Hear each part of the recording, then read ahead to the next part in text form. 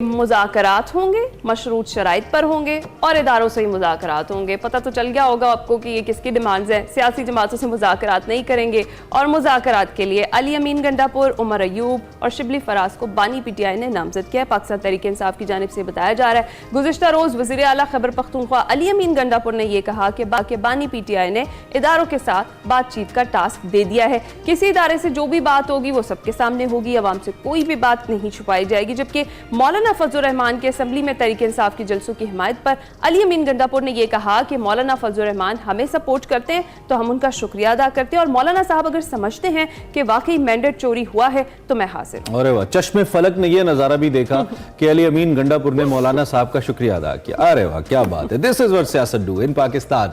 वैसे इससे पहले जो मौलाना साहब की जमात है, कल उनकी भी एक बड़ी भारी भरकम स्टेटमेंट आई और उन्होंने कहा जरा तनकीद कम करें आप, हमारे घर का, हमारे पॉलिटिकली हमारे घर का तवाफ कर चुके हैं आप, तहरीक इंसाफ को ये चीज़ देखनी चाहिए और इसमें कोई दो राय भी नहीं है। खैर, दूसरी जाने मौलाना कल बड़े गर्जे बरसे में उनकी स्टेटमेंट, उनका बयान देख रहा था जो उन्होंने असेंबली के अंदर किया। उन्होंने कहा कि हम कैसे, किस ज़मीर के साथ हम इन असेंबलीज में बैठे हुए हैं।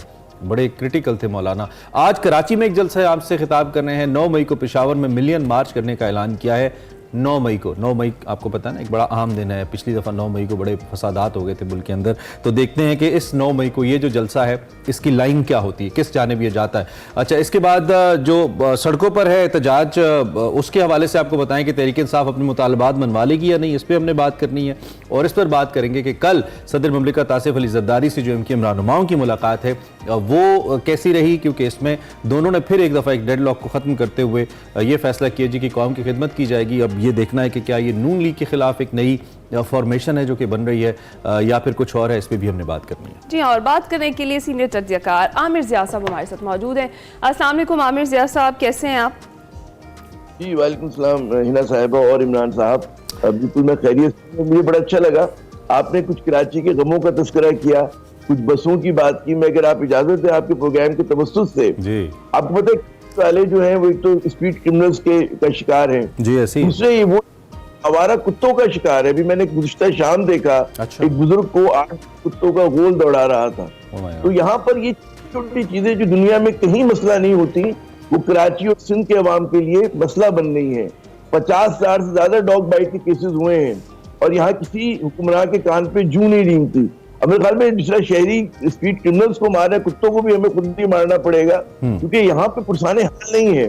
और अब जब गर्मी आएंगी तो मुझे अंदेशा है कि ये डॉग बाइट्स के केसेस में इजाफा होगा। ये मैं आपके प्रोग्राम के दोस्त मैंने कहा कि ये बड़ा अहम कराची वालों के लिए तो भी हाईलाइट होना चाहिए। लोग दरगुजर करते हैं सियासत के अंदर जब सियासी बात हो। जी बिल्कुल ठीक है, बिल्कुल ठीक है। और वैसे मैं तो, आप तो खुद चूंकि कराची आइड हैं तो आप जरा ज्यादा कीनली देख भी सकते हैं और ज्यादा डीपली महसूस भी कर सकते हैं। हम कराची आइड ना होने के बावजूद इतना फील करते हैं हमारे शहर के लिए। तो इंडीड ये भी बड़ा अहम मसला है डॉग बाइटिंग का। आई होप कि अगर कुछ जिम्मेदारान देख रहे हैं तो इस पर भी एक नजर करम कर दें। वैसे लगता मुश्किल ही है। Getting back to the politics, Aamir sahab क्या देख रहे हैं जी? मौलाना साहब ने बड़ी हार्ड लाइन ली है और इस दफा ऐसी ली है कि उससे हट नहीं रहे हैं। मुख्तलिफ मुज़ाकरात, नवाज शरीफ साहब से मुलाकात भी उनको नहीं हटा पाई और अब भी वो he still on that hard line. और कल परसों तो उन्होंने कहा कि ये जिनकी हुकूमत है उनके बारे में बात करें, शहबाज शरीफ साहब की तो हुकूमत ही नहीं है और उनके बारे में अब बात होनी चाहिए। He was referring to establishment I believe. क्या कहेंगे? मुझे नहीं पता, वो तो इसहाक डार की भी हुकूमत है, माशाल्लाह नायब वजीर आजम है। लेकिन आपने बिल्कुल सही कहा कि इस हुकूमत को बहुत सारे एक तो अंदरूनी तज़ादात का सामना है। अंदरूनी तज़ादात अगर आप बात करें मुल्क के अंदर जिसके नतीजे में इसहाक डार साहब जो नायब वजीर आजम बने हैं और उसके नतीजे में आप देखें कि लग ये रहा है कि शहबाज शरीफ साहब की जो हैसियत है वो कमजोर से कमतर हुई है। तो ये कोई इस हुकूमत के लिए अच्छा वो इंडिकेशन नहीं है और इससे लोगों में मजीद तहफ़्फ़ुज़ात आए हैं। जो खुद वो जिस तरह का इजहार ख्याल किया अभी उन्होंने तकरीर में वज़ीर आज़म साहब ने जो एक बैनुल अक़वामी कॉन्फ्रेंस में उन्होंने पाकिस्तान के हालात की जो मंजरकशी की, तो उससे तो कोई बैरून मुल्क का सरमायाकार आना पसंद ही नहीं करेगा यहाँ पर। तो एक अजीब और गरीब सूरत हाल है कि यहाँ पर कई ताकत के मराकज़ हैं, नून लीग में कई ताकत के मराकज़ हैं, पीपल्स पार्टी की ताकत का मरकज सिंध में बन के बैठी हुई है। तो ये वो कहते हैं ना, all is not well in the state of Denmark, की सूरत हाल हमारे यहाँ भी है। और उससे एक आपको एक ऐसी हिज़्ब खिलाफ नजर आती है इसको जो इसका उसको ये है, वो कहते हैं ना शिकार है उस बात के एहसास का, उसके साथ बहुत बड़ी ज्यादती हुई है।